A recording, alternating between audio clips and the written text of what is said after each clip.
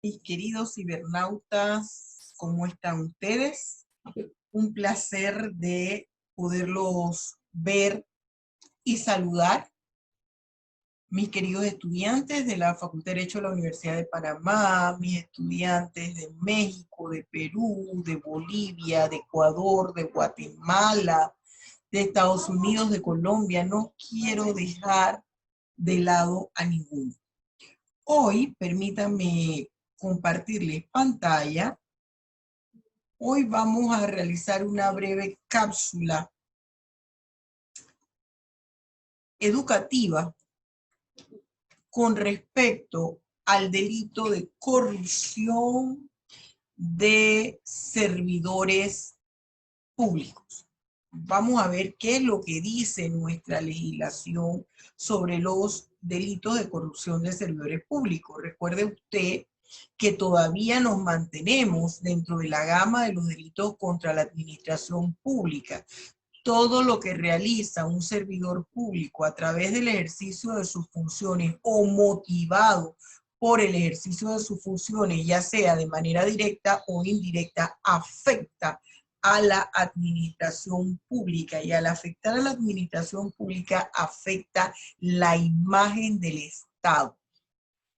Y específicamente de quien constituye o le da vida a ese Estado, como lo es el gobierno, es decir, el sistema de gobierno. Dicho de otra manera, las personas que ponen en función ese sistema de gobierno. Cuando nosotros hablamos del gobierno, nos estamos refiriendo a los gobernantes. Bien, vamos a ver entonces qué es lo que nos dice nuestro Código Penal. Aquí en nuestro Código Penal vemos 6 artículos que desarrollan el delito de corrupción de servidores públicos, conocidos en otras partes, según alguna de sus denominaciones, como el cohecho. Y se habla del cohecho directo o del cohecho indirecto, ya sea que lo realice el propio servidor público o que lo lleve a cabo un tercero, para beneficio obviamente de el servidor público.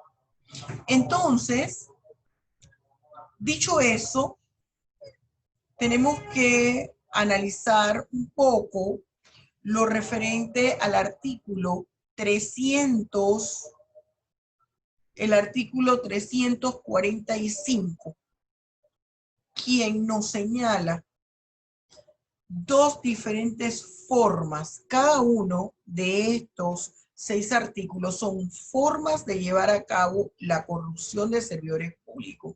Recuerden ustedes que cada artículo que compone, ya sea una sección o un capítulo, constituye las diferentes maneras de llevar a cabo la figura delictiva que denomina o que da nombre a esa sección o a ese capítulo. En este caso, nosotros tenemos capítulos. El capítulo segundo, que me habla de la corrupción de servidores públicos, dentro de un título 10º que me habla de los delitos contra la administración pública. Entonces me dice que habrá una sanción de 2 a 4 años si el servidor público, a través de él mismo o por interpuesta persona, incurre en cualquiera de las siguientes acciones. Dice que solicitar donativos, solicitar o recibir, aceptar o recibir una promesa, ya sea de dinero o cualquier beneficio o ventaja. ¿Para qué? Para omitir o retardar un acto en violación a sus obligaciones o a quien las acepte a consecuencia de haber faltado en ella. Aquí estamos hablando que ese servidor público puede, o por ejercer las funciones que le son propias, o por retardar las funciones que le son propias, aceptar, recibir, solicitar algún dinero, donativo o promesa. Recuerde que no es nada más que me den dinero, es alguna facilidad, una vivienda que bajo otras circunstancias no podría comprar porque vale $1 millón, me lo dejan a la mitad de precio, que es lo que ajusta mi salario como servidora pública en ese momento, o un 80% por debajo del costo, por decir algo. Y una segunda opción del tipo penal básico es aquella que me indica el aceptar, recibir o solicitar igual donativo o promesa o un beneficio o una ventaja para realizar un acto propio de su cargo. El primero era para omitir o retardar actos del cual él tiene la obligación que cumplir, no llevarlos a cabo, omitirlos. Y acá estamos hablando de realizar el acto. Puede ser que lo haga con mayor celeridad o prontitud. Ese es mi tipo penal básico del delito de corrupción de servidores públicos. Luego tenemos que hay un punto específico, que es el artículo 346, para un servidor público determinado. ¿Cuál? El que sea miembro del órgano judicial, del Ministerio Público, de una autoridad administrativa, de un árbitro, o cualquier cargo que deba decidir un asunto de conocimiento o competencia personalmente o por persona interpuesta, acepte, reciba o solicite dinero. ¿Para qué? Para favorecer a una de las partes en el proceso. Estamos hablando aquí del servidor público que es autoridad, que puede ejercer, no solamente el servidor público que es autoridad, sino aquel que puede ejercer alguna función en un momento determinado con respecto a dilucidar un proceso y establecer, aquí hablan de un servidor público que en un momento determinado él tenga competencia para decidir en alguna etapa del proceso. O se habla de la autoridad en el ámbito administrativo y que por el ejercicio de esas funciones, ya sea para favorecer, para perjudicar, para retardar, para realizar algún tipo de función, él reciba un dinero. Entonces aquí dice que la sanción es de 4 a 8 años. E igual función se aplicará para ese miembro del órgano judicial o del Ministerio Público que retarde un proceso sometido a su decisión. Cuando le dicen siéntate ahí y que no se falle.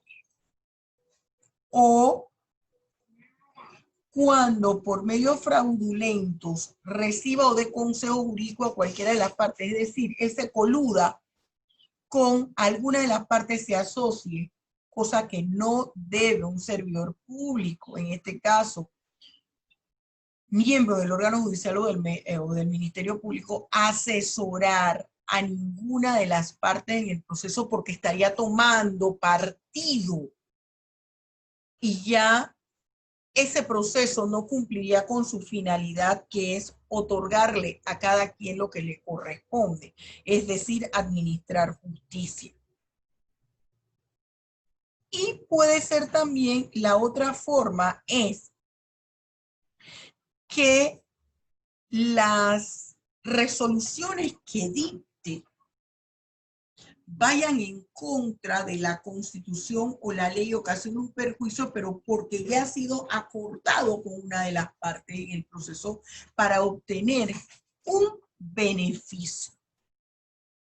Ahora, aquí hay un recuadro verde que es sombreado en amarillo, que es una condición agravante que puede llevar la pena de 5 a 10 años si a consecuencia de estos actos resulta detenido y sentenciado, acusado en sentencia firme, un inocente, a sabiendas de que lo es.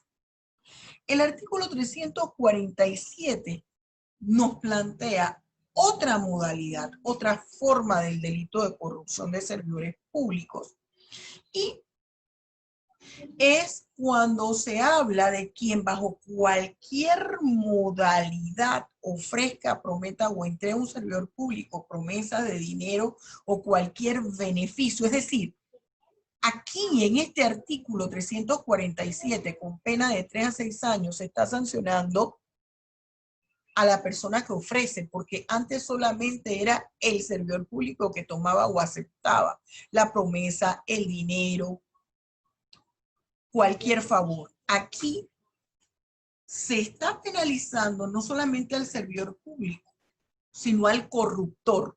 No solamente al servidor público corrupto, sino que también se está sentenciando a ese servidor, a ese corruptor del servidor público. En cambio, el artículo 348 me habla de otra modalidad y dice: aquel servidor público que haciendo uso de su cargo y de la información que producto de su cargo él tiene, la facilita a un tercero, ya sea que la venda o ya sea que se la facilite para obtener un dinero a cambio. También está incurriendo en un delito de corrupción de servidor público. El artículo 349 contempla la figura muy coloquial conocida como botella. El servidor público o la persona que es nombrada para el ejercicio de un cargo de servidor público con la finalidad de obtener un salario y jamás se presenta a realizar algún tipo de función.